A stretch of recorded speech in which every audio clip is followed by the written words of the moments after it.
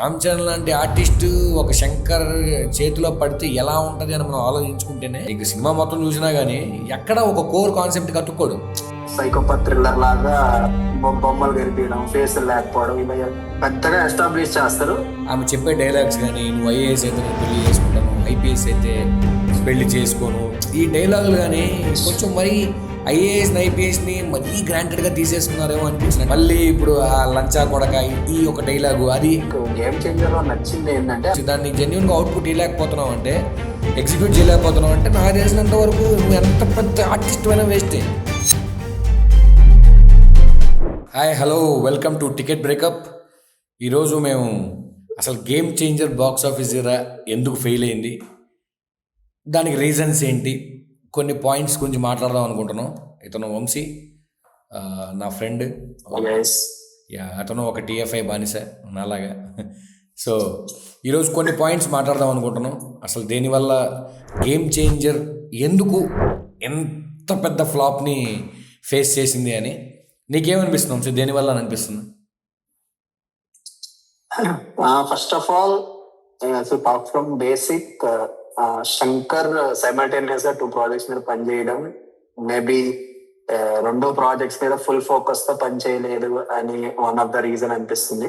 Like it's my opinion, maybe I might be wrong. And one more over, Indian two result అనేది చాలా పెద్దగా effect చేసిందని నా opinion, at least for the hype to build around the movie. And ఇంకోటి కూడా, నాకెందుకు ఒక మంచి బౌండెడ్ స్క్రిప్ట్తో వెళ్ళలేదు అనిపిస్తుంది. సినిమా ఒక మంచి స్క్రిప్ట్తో వెళ్ళుంటే దాని యొక్క ఇప్పుడు మన శంకర్ ఐడియాలజీ తీసుకుంటే మనం మాట్లాడుకున్నట్టు ఆయనకు ఉండే ఒక మంచి ఐడియాలజీ. ఇప్పుడు మన రోబో సినిమా తీసుకుంటే ఒక రోబోకి మనిషికి ప్రేమ కలిగితే ఏంటి, అండ్ ఒక అపరిచితుడు ఒక మనిషిలో ఒక తెలియని ఉద్యోగం మారిపోతే ఒక మనిషి ఎలా మారిపోతాడు, అండ్ ఒకే ఒక్కడు పాత సినిమా చూసుకుంటే ఒక్కరోజు ముఖ్యమంత్రి అనే ఈ టాపిక్స్ మనం మాట్లాడుకుని ఉంటే చూడడానికి చాలా ఇంట్రెస్టింగ్గా ఉంటాయి. ఏంట్రా ఇది, ఒకరోజు ముఖ్యమంత్రి ఏంటి, అది ఒక మనిషిలో ఇంకో మనిషే, ఒక రోబో ఏంటి, మనిషితో ప్రేమలో పడడం ఏంటి, ఇవన్నీ ఒక మంచి ఐడియాలజీ. కానీ గేమ్ చేంజర్లో నాకెందుకో కనిపించలేదు ఒక మంచి స్క్రిప్ట్ కానీ, దీని గురించి నువ్వు సినిమాకి వెళ్తున్నావు అనే కాన్సెప్ట్ శంకర్ గారు పెట్టలేకపోయారేమో అనిపిస్తుంది. అండ్ పెట్టలేకపోతున్నారు అనిపిస్తుంది ఆయన ఈ జనరేషన్తో వర్క్ చేసేటప్పుడు. లైక్ నువ్వు చెప్పింది కూడా కరెక్టే. అండ్ గేమ్ చేంజర్ అనేది అన్ప్రెడిక్టబుల్ అనే ఒక ట్యాగ్ లైన్ మీద సినిమా స్టార్ట్ అయింది, ప్రమోషన్స్ అలా. But cinema is two predictable. అది ఎంత అన్ప్రెడిక్టబుల్ అని చెప్పారు, అన్ప్రెడిక్టబుల్ అన్నాడు, అది మొత్తం ప్రెడిక్టబుల్ అయిపోయింది సినిమా అంతా. అసలు చెప్పుకోదగ్గ పాయింట్స్ కూడా చాలా ఉన్నాయి. అసలు ఫ్లాష్ బ్యాక్ గురించి మాట్లాడుకోవాలన్నా కానీ పర్ఫార్మెన్స్ వైజ్కి వస్తే పాపం మన ఆర్సీ ఇవ్వాల్సిందంతా ఇచ్చాడు అప్పన్న క్యారెక్టర్కి కానీ వీటికి కానీ. బట్ అదే నీ పాయింట్, అసలు అప్పన్న క్యారెక్టర్ కానీ నీకేమనిపిస్తుంది? So let's talk about that Appanna portion. తీసేయండి సినిమాలో, 25 మినిట్స్ సినిమాలో లేదనే అనుకో. గేమ్ చేంజర్ ఏమన్నా మారిందా? ఇప్పుడు ఫస్ట్ హాఫ్ లో జరిగిన గేమ్ కి ఆ ఫ్లాష్ బ్యాక్ వచ్చి సెకండ్ హాఫ్ లో జరిగిన గేమ్ కి ఏమన్నా మారిందా? ఫ్లాష్ బ్యాక్ ఇంపాక్ట్ ఏమన్నా ఉందా? అంతే, ఏం లేదు. సేమ్ అదే. ఇప్పుడు మన రామ్ చరణ్కి ఎస్జే సూర్యకుండే కాన్ఫ్లిక్టే కంటిన్యూ చేసేయచ్చు. ఆ పోర్షన్ తీసేసిన పక్కన పెట్టినా కూడా ఓకే, వీళ్ళిద్దరికి మధ్యలో కాన్ఫ్లిక్ట్ ఉంది కదా, సినిమా అయిపోతుంది అని అనుకోవచ్చు. కానీ అసలు అప్పన్న క్యారెక్టర్ ఇవన్నీ తీసుకొచ్చి అవి దేనికి సినిమాలో ఎందుకు పెట్టారో కూడా నువ్వు చెప్తుంటే ఇప్పుడు నిజంగా ఎందుకు పెట్టారో కూడా క్వశ్చన్ మార్క్ వస్తుంది. ఎస్, బాగుంది, పోర్షన్ బాగుంది, బట్ స్టోరీకి అది హెల్ప్ఫుల్గా లేనప్పుడు నువ్వు ఎంత బాగా చేసినా కూడా ఏముంది అంటే ఇక్కడ అంత బాగా చేసిన దాని గురించి కూడా మాట్లాడలేకపోతున్నాం. సో అదే అంత మంచిగా ఉన్న ఫ్లాష్ బ్యాక్ పోర్షన్ మిగతా దాని చుట్టూ ఉన్న వాటి వల్ల వేస్ట్ అయిపోయింది. అంటే నువ్వు వేస్ట్ గురించి మాట్లాడితే నాకు తెలిసిన సినిమాల్లో ఎంత డబ్బు వేస్ట్ అయితే మాత్రం నేను ఎక్కడ చూడలేదు. ఎందుకంటే ఇప్పుడు నువ్వు క్యాస్ట్ పరంగా తీసుకున్నా కానీ, క్యాస్ట్ అండ్ క్రూ తీసుకున్నా కానీ, నువ్వు అంత సాంగ్స్ చూసినా కానీ దే వోంట్ వర్త్ ఇట్. అంటే ఇంత అమౌంట్ దీనికి ఖర్చు పెట్టారా అనే క్వశ్చన్ మార్క్లోనే ఉన్నప్పుడు ఒక కిలిమంజారో ఉంది, కిలిమంజారో డబ్బులు పెట్టారు అన్నది డబ్బులు కనిపిస్తున్నాయి. అంటే ఈ రెపుట్వాని ఆయన ఖచ్చితంగా నేను శంకర్ని, నేను సినిమాలు ఇంత పెద్దవిగా తీస్తాను కాబట్టి నా పేరు శంకర్ అని అనుకున్నట్టే తీసినట్టుంది. కానీ ఎక్కడ స్టోరీతో తగ్గట్టుగా సాంగ్స్ కానీ, స్టోరీకి తగ్గట్టు డబ్బులు కానీ, నాకెందుకు ఎక్కడో కొట్టింది సీనా అనే కాన్సెప్ట్లోనే వెళ్ళింది సినిమా అంతా. అంటే ఇప్పుడు వాళ్ళ ప్రమోషన్ మెటీరియల్ కూడా ఆ సాంగ్స్ చుట్టే రివాల్వ్ అయింది. కానీ ఇప్పుడు వాళ్ళ ఒక ఆర్టికల్ న్యూస్ పేపర్ లోనో ఎక్కడో వాళ్ళ ఇన్స్టా హ్యాండిల్స్ ఎక్కడో వాళ్ళే రిలీజ్ చేసుకున్నారు. లైక్ పలానా సాంగ్ కి పలానా బడ్జెట్ అంతా ఏదో ఎక్సెల్ షీట్ లో వేసినట్టు వేసి లాస్ట్ కి 75 crores అని టోటల్ వేసారు. A+B+C+D అని 75 crores వేసారు. ఎందుకు? సరే 75 crores పెట్టారు. ఇనీషియల్ డే ప్రింట్ లో నానా ఐరన్ సాంగ్ లేదు, which is the best song in the entire album. లేదు ఇప్పుడు ఆడియన్ ఒకసారి ఎంతో కొంతమంది ఒక 10%, 5% ఆఫ్ ది ఆడియన్స్ ఖచ్చితంగా సాంగ్స్కి వెళ్ళే వాళ్ళు ఉంటారు. బేసిక్గా మనం మాట్లాడుకున్నాం 5% ఆఫ్ ఆడియన్స్ అయినా కానీ ఈ పాట ఎలా ఉంటుందో, బిగ్ స్క్రీన్ పైన బాగుంటుందా, నువ్వు ఎత్తుకొని వెళ్ళగానే నీకు ఆ పాట లేదురా భయ్యా అనేస్తే ఆడియన్ అనేవాడు ఎంత డిస్గస్టింగ్ ఫీల్ అవుతాడో అది మనం చెప్పలేము. బేసిక్గా ఒక్కొక్కరు ఒక్కోలా తీసుకుంటారు దాన్ని. ఈ సాంగ్ లేకపోతే పోతే పోయిన అనుకునే వాళ్ళు ఉంటారు. ఈ సాంగ్ ఉంటే సినిమా కొంచెం అయినా చూసేవాళ్ళం కదరా అనే ఫీలింగ్ అయినా కలిగే వాళ్ళు ఉంటారు.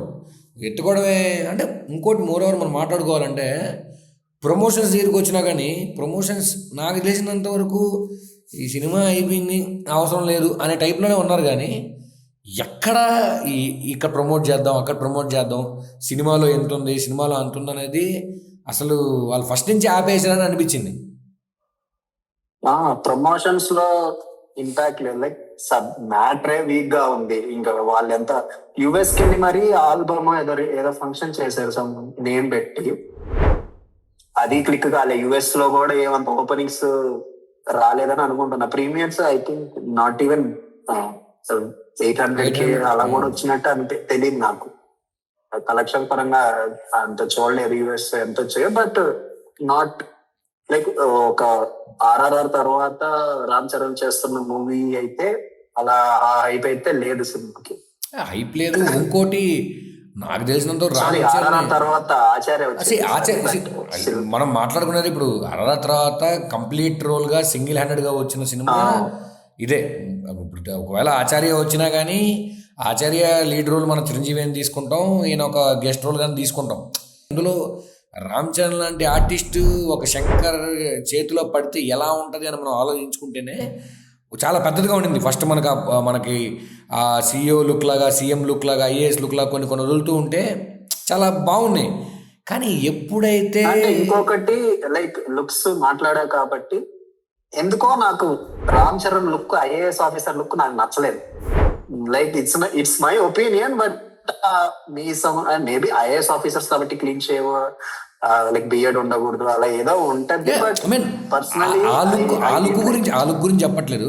ఒక సూట్ కేసు పట్టుకొని మనకు ఫస్ట్ మోషన్ పిక్చర్ లాంచ్ చేశారు కదా.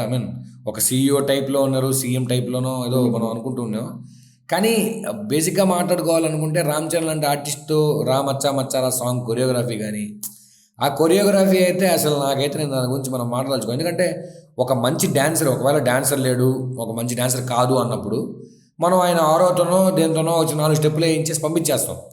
కానీ నీకు అంత మంచి డాన్సర్ నీ చేతిలో పెట్టుకొని చేతులు లాక్కొని అంటే నాటు లాంటి అంత పెద్ద ఆస్కార్ లెవెల్లో వెళ్ళిన అంటే ఎంతో కొంత సాంగ్ ఇన్ఫ్లుయెన్స్ చేసింది ఈ డాన్సే. అంటే 10 పాట బాగుంది, లిరిక్స్ బాగున్నాయి, గెలిచింది ఓకే. బట్ 20% 30% సినిమాకి ఆ సాంగ్కి కాంట్రిబ్యూట్ చేసిన డాన్స్. వీళ్ళిద్దరు ఎనర్జీ, ఎన్టీఆర్ గారిది, రామ్ చరణ్ గారిది ఎనర్జీయే నీకు ఆల్మోస్ట్ సినిమాలో ఆ సాంగ్ని క్యారీ చేసుకుంటూ వెళ్ళిపోయింది. ఆ హుక్ స్టెప్. ఇక్కడ రామచ్చా మచ్చారా ఇది కానీ ఇవన్నీ కానీ అసలు నాకు తెలిసి కొరియోగ్రఫీ. జరగండి సాంగ్ తీసుకో, జరగండి సాంగ్ చాలా గ్రాండ్ లెవెల్లో ఉండింది. కొరియోగ్రఫీ మాత్రం వదిలే. దానికంటే మన బ్రహ్మోత్సవంలో బాలా త్రిపురమణ సాంగ్ ఎలా అనుకున్నా. ఇప్పుడు సాంగ్స్ కూడా ఇప్పుడు ధూప్ కానీ ఏదైనా కానీ ఈ సాంగ్స్ అన్నీ ఏంటంటే ఎక్కడ స్టోరీకి లింక్ లేకుండా ఏదో సపరేట్ ఆల్బమ్ సాంగ్స్ వచ్చి పేస్ట్ చేసి ఒక మిక్సర్ పెట్టి ఏదో వదిలినట్టే ఉంది. కానీ సో కమింగ్ టు మన క్యారెక్టర్స్ ఆర్క్ కానీ మాట్లాడుకుంటే అసలు అంజలి క్యారెక్టర్ కానీ, మన శ్రీకాంత్ క్యారెక్టర్ కానీ, ఎస్జే సూర్య క్యారెక్టర్ కానీ, ఇప్పుడు మన రామ్ చరణ్ క్యారెక్టర్ కానీ, కైరా అద్వాని క్యారెక్టర్ కానీ ఎవ్వరూ మన పట్టుకోరు. అలా వస్తారు, 4 డైలాగ్ చెప్పేస్తారు, రాసి వెళ్ళిపోతారు. ఒక ఒక ఎమోషన్ ఉండదు. మనకి తెలుసుగా ఇప్పుడు కైరా అద్వాని వచ్చిందంటే ఏదో ఒక సాంగ్ లేకపోతే ఒక లవ్ సీన్ వస్తుంది, అయిపోద్ది ఆడికి, అంతే. ఫ్యామిలీ ఉంది, ఫ్యామిలీ ఇన్ని స్టార్టింగ్ పోర్షన్స్ తో చూపించారు. పెళ్లి గురించి ఎత్తుతారు, ఏదో దోపని అయిపోద్ది ఆడికి. మళ్ళీ ఇంకా అది రానే రాదు. మధ్యలో ఏదో రామ్ చరణ్ కి మళ్ళీ కైరా అద్వానికి ఏదో పెళ్లి సీన్ వస్తుంది. మళ్ళీ ఆ పెద్ద గ్రాండియర్ సెట్ ఒక 4 సెకండ్లు కనపడతారు. మళ్ళీ ఇంక ఎప్పుడో ఇంకో జరగండి సాంగ్ లోనే ఎప్పుడో కనపడతారు. ఇంకో దానికి ముందు కనపడతారు, అంతే. ఇంకో వాళ్ళు ఎందుకున్నారో కూడా మనకు తెలియదు. మళ్ళీ దానికి పెద్ద పెద్ద ఆర్టిస్ట్ పెట్టేశారు. అది అదొకటి. మళ్ళీ వాళ్ళ లవ్ ఎస్టాబ్లిష్మెంట్ కూడా ఎక్కడ మనకి ఆమె చెప్పే డైలాగ్స్ కానీ, నువ్వు ఐఏఎస్ అయితే నేను పెళ్లి చేసుకుంటాను, ఐపీఎస్ అయితే పెళ్లి చేసుకోను, ఈ డైలాగులు కానీ కొంచెం మరీ ఐఏఎస్ని ఐపీఎస్ని మరీ గ్రాంటెడ్గా తీసేసుకున్నారేమో అనిపించింది. అంటే సినిమానే, నేను లాజికల్ గురించి మాట్లాడట్లేదు, బట్ మరీ అంత గ్రాంటెడ్గా తీసుకోవడం కూడా ఆడియన్కి కొంచెం నమ్మశక్యంగా ఉండదు.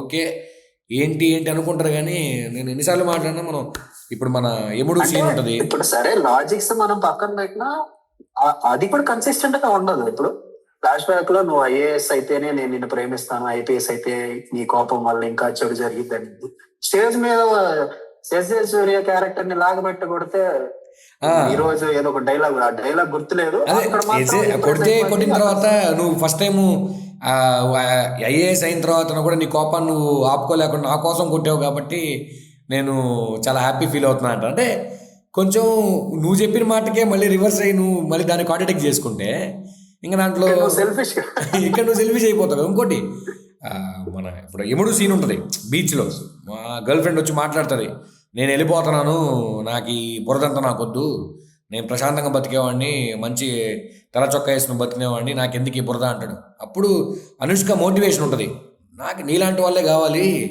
ఈ సమాజానికి, నువ్వు ఈ బురదని క్లీన్ చేయకుండా వెళ్తే ఏంటి నెక్స్ట్ సొసైటీ ఎలా మారిపోతుందని ఒక మంచి మోటివేషనల్గా ఉంటుంది ఒక గర్ల్ ఫ్రెండ్. ఇక్కడ గర్ల్ ఫ్రెండ్ చూస్తే నువ్వు ఐఏఎస్ అయితే పెళ్లి చేసుకుంటాను, ఐపీఎస్ అయితే పెళ్లి చేసుకోను. అందులో నాకు క్యారెక్టర్లు కూడా, ఇప్పుడు శ్రీకాంత్ క్యారెక్టర్ కూడా మనం మాట్లాడుకుంటే అసలు మనకి ఆయన ఎందుకు రియలైజ్ అవుతారో తెలియదు.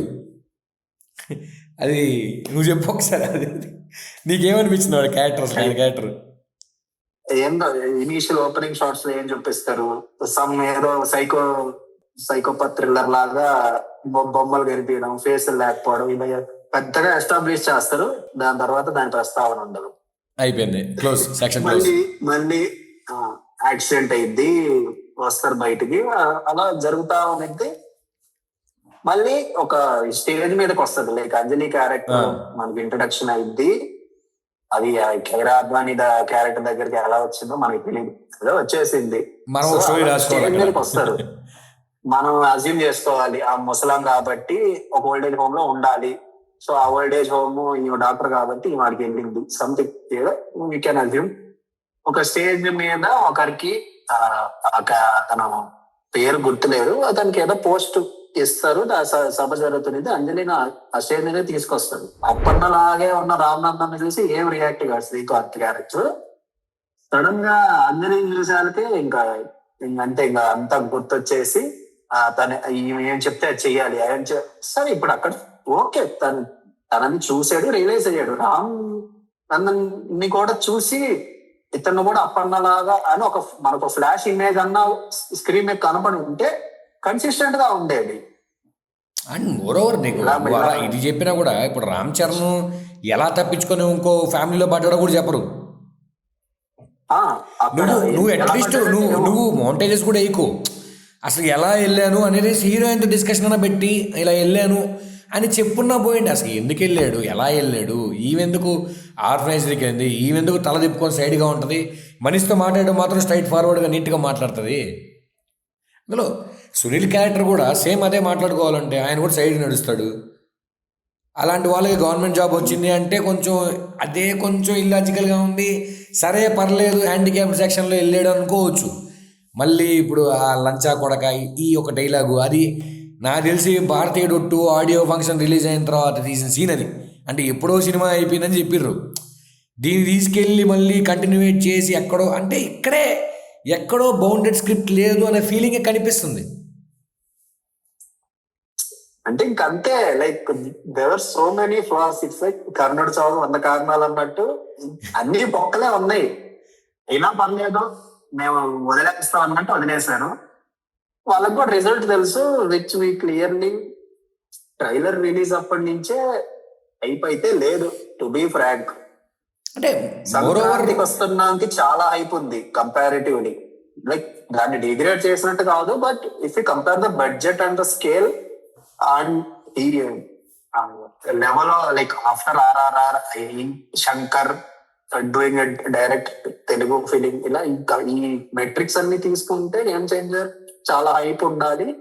ఆ హైప్ పట్టే వాళ్ళు ముందు రిలీజ్ డేట్ కూడా తీసుకున్నారు సంక్రాంతి సీజన్ లో. అదే ఇప్పుడు మోరోవర్ మనం మాట్లాడుకుంటే నీకు రామ్ చరణ్ RRR ఈ సినిమాలు చేసిన తర్వాత నార్త్లో ఒక చిన్న మార్కెట్ ఓపెన్ చేసుకుని ఇప్పుడు ఒక మంచి గ్లోబల్ స్టార్గా తయారయ్యి ఇలాంటి సినిమా రిలీజ్ అవుతున్నప్పుడు అసలు ఇంత పబ్లిసిటీ లేకుండా ఏదో ట్రైలర్ చూసిన తర్వాత కొంచెం తేడాగా, ఇప్పుడు నీకు సినిమా మొత్తం చూసినా కానీ ఎక్కడ ఒక కోర్ కాన్సెప్ట్ కట్టుకోడు.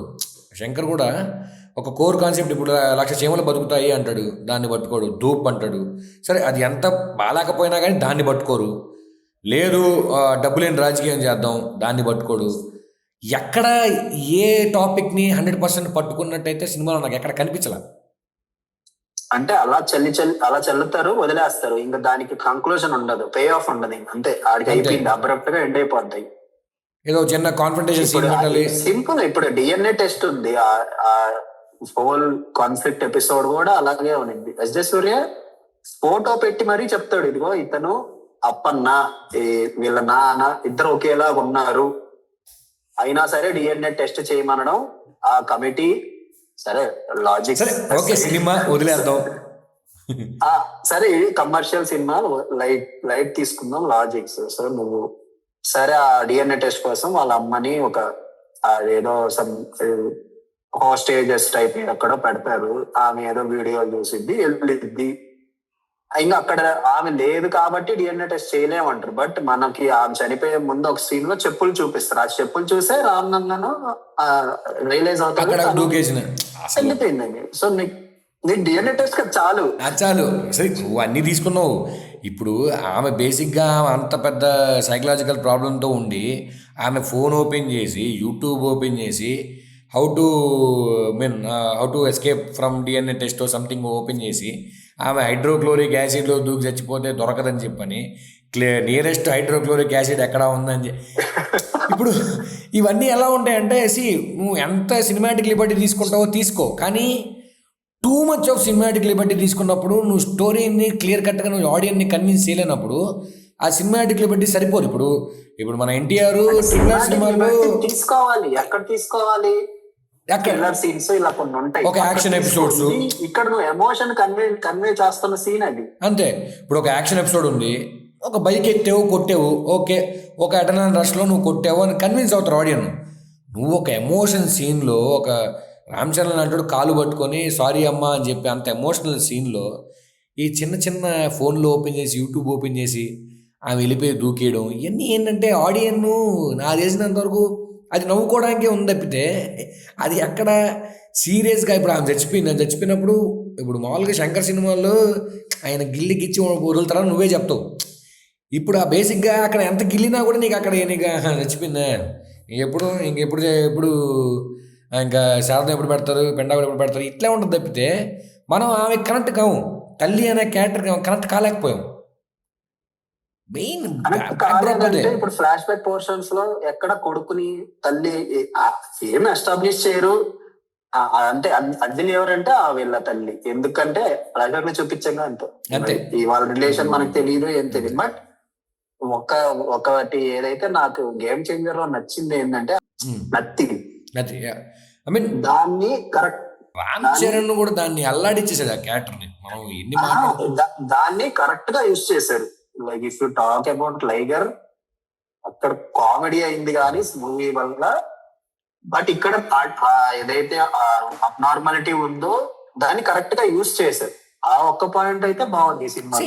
అది నార్మాలిటీ గురించి మాట్లాడుకున్న పర్ఫార్మెన్స్, ఇప్పుడు ఆ ఫోన్ కాల్ పర్ఫార్మెన్స్ కానీ ఇవన్నీ ఒక క్యారెక్టర్ని ఎన్హాన్స్ చేసేవే, కానీ సినిమాకి ఉపయోగపడలేదు. ఇప్పుడు నువ్వు ఎంత పెద్ద పర్ఫార్మెన్స్ చేసినా, నువ్వు ఏం చేసినా, నువ్వు ఎగిరి దంచినా ఒకటే కూలి, మామూలు దంచినా ఒకటే కూలీలాగా, ఇప్పుడు నువ్వు ఎంత పర్ఫార్మెన్స్ ఇచ్చినా స్టోరీ ఎలా ఉంది, నువ్వు దాన్ని జెన్యున్గా అవుట్పుట్ ఇవ్వలేకపోతున్నావు అంటే, ఎగ్జిక్యూట్ చేయలేకపోతున్నావు అంటే, నాకు తెలిసినంత వరకు నువ్వు ఎంత పెద్ద ఆర్టిస్ట్ అయినా వేస్టే, ఆ సినిమాకి పనికిరాదు. బేసిక్లీ కంక్లూడ్ చేయాలంటే ఈ సినిమా ఇంకొకరు తీసుకుంటే మంచి సినిమానే, బట్ శంకర్ సినిమా మళ్ళీ తీసాడు అంతే. అవును. But whatever it is, at the end of the day output is not good. Hoping let's see. సరే, అయితే ఇది మన గేమ్ చేంజర్ విషయాలు, ఎందుకు ఫ్లాప్ అయింది అని గురించి మంచి డిస్కషన్ జరిగింది. అలాగే ఇంకా సంక్రాంతికి ఏది నిజమైన విన్నరు, సంక్రాంతికి వస్తున్న సినిమా ఏంటి, డాకు మహారాజ్ గురించి మనం మాట్లాడుకుందాం. మేము మళ్ళీ కలుస్తాం. ఈ వీడియో నచ్చితే మీకు ఈ పాయింట్స్ కూడా మీకు కూడా ఉన్నాయంటే, మీకు ఇవే పాయింట్స్ అనిపించాయి అంటే, మీరు ఏ పాయింట్స్ ఇంకా మేము చెప్పలేదో ఆ పాయింట్స్ కూడా కింద కామెంట్లో చెప్పండి. నిజంగా కొంతమంది ఎవరైనా సినిమా ఈ సీన్ బాగుంది అనిపించిన వాళ్ళు కామెంట్లో చెప్పండి. ఇంకా ఈ వీడియో మీకు నచ్చితే subscribe please, and also bell icon ఉంటుంది, దాన్ని కూడా ట్యాప్ చేయండి. మా వీడియోస్ త్వరగా వస్తాయి, and we will discuss more content about movies and also cricket. So this is a ticket breakup and we are signing off. Vamsi. Yeah, thank you guys. So if you మీకు కూడా నేను చెప్పిన points valid అనిపిస్తే please let us know in the comments. మేమేమన్నా like మరీ pin point చేసి భూతద్దంలో పెట్టి చూస్తున్నాం అనిపించినా చెప్పండి. we'll answer your comments. Yeah, thank you. And as Shivaji mentioned, Daku Maharaj and Sankranti Vastanam gurinchi we'll do another video. Okay, bye. Take care, boys.